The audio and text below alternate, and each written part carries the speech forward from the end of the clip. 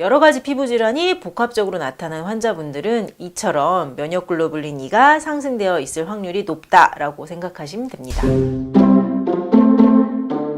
아토피 피부염은 만성 혹은 재발을 반복하는 피부염을 의미합니다. 아토피라는 용어 자체가 이상한, 부적절한 이란 뜻이죠. 그래서 원인이 확실하지 않은 피부염이 만성적으로 진행되고 그 다음에 가려움이 심할 때 아토피 피부염이라고 진단을 내립니다. 아토피 피부염 자체가 양상도 다양한데 아토피 피부염 환자들 중에는 몸에 여기저기 인설이 생기는 지루성 피부염이나 피부가 부풀어 오르는 가렵고 부풀어 오르는 두드러기, 또 얼굴에는 여드름이 생기는 경우도 있고요. 이처럼 다양한 피부 질환을 복합적으로 가지고 있는 경우가 있죠. 이렇게 아토피 피부염 환자가 두드러기, 여드름 혹은 지루성 피부염 등이 복합적으로 발생하는 특징은 여러 가지가 있겠는데요. 그중 첫 번째는 혈중 면역글로불린 E, IgE의 증가가 나타난다는 것입니다. 여러 난치성 피부 질환들이 나타날 때 대부분의 환자분들이 한 번쯤은 알레르기 검사를 해보시죠. 그런데 대부분 알레르기 검사에서 특정 원인 물질이 나오는 경우는 드물고요. 가장 흔한 결과는 IgE가 보통 사람보다 많은 것이 이제 공통적인 특징입니다.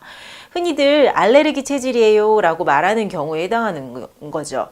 이제 뚜렷한 알레르기 유발 물질, 뭐가 원인인지는 모르겠지만 피부에서 이상 면역 반응이 쉽게 일어날 수 있는 상태다라고 이해하면 됩니다. 이런 면역 반응, 알레르기 반응이 가렵고 진물이 나고 하면 아토피 피부염이겠고요. 이제 인설이 일어나면 지루성 피부염이겠고, 얼굴에 모피지선에 일어나면 여드름처럼 보인다라고 이해하면 될 듯합니다. 여러 가지 피부 질환이 복합적으로 나타난 환자분들은 이처럼 면역글로불린 E가 상승되어 있을 확률이 높다라고 생각하시면 됩니다. 여러 가지 피부 질환이 복합적으로 발생하는 경우 두 번째의 특징은 피부 장벽 자체가 튼튼하지 못한 상태, 예민한 상태다라고 할 수 있습니다. 선천적으로 피부가 예민하고 약한 사람도 있겠고요. 이제 무분별한 약물의 사용으로 인한 경우도 있겠습니다. 대표적인 약물이 스테로이드인데요. 특히 이제 아토피 피부염 환자분들은 스테로이드의 복용이나 연고의 장기간 사용으로 인해 피부 장벽이 약해지면서 다른 피부 질환이 쉽게 발생할 수 있는 상태가 되죠. 피부가 예민해지면서 자극에 의한 두드러기라든지 접촉성 피부염이 쉽게 일어날 수 있게 되고요. 또는 피부 감염에 취약해져서 여드름이나 모낭염 등이 동반되는 경우도 있을 수 있습니다.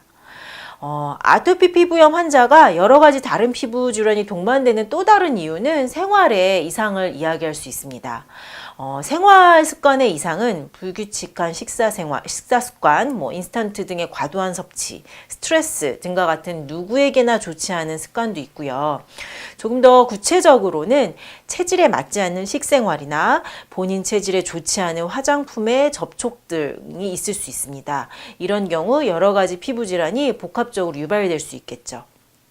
따라서 여러 가지 피부 질환이 동반이 되는 상태이시라면 정확한 체질 진단과 체질에 맞는 맞춤 생활 습관이 반드시 필요합니다.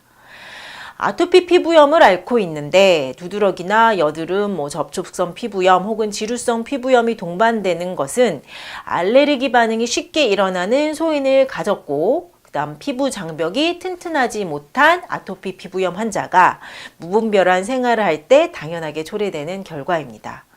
그런데 이런 경우 항히스타민제나 스테로이드, 면역억제제 등으로 염증을 진정시키는 데만 급급하시다 보면 점차 피부는 약물에 대한 내성이 생길 수도 있고요. 피부의 재생력은 떨어지면서 심해질 수밖에 없겠죠.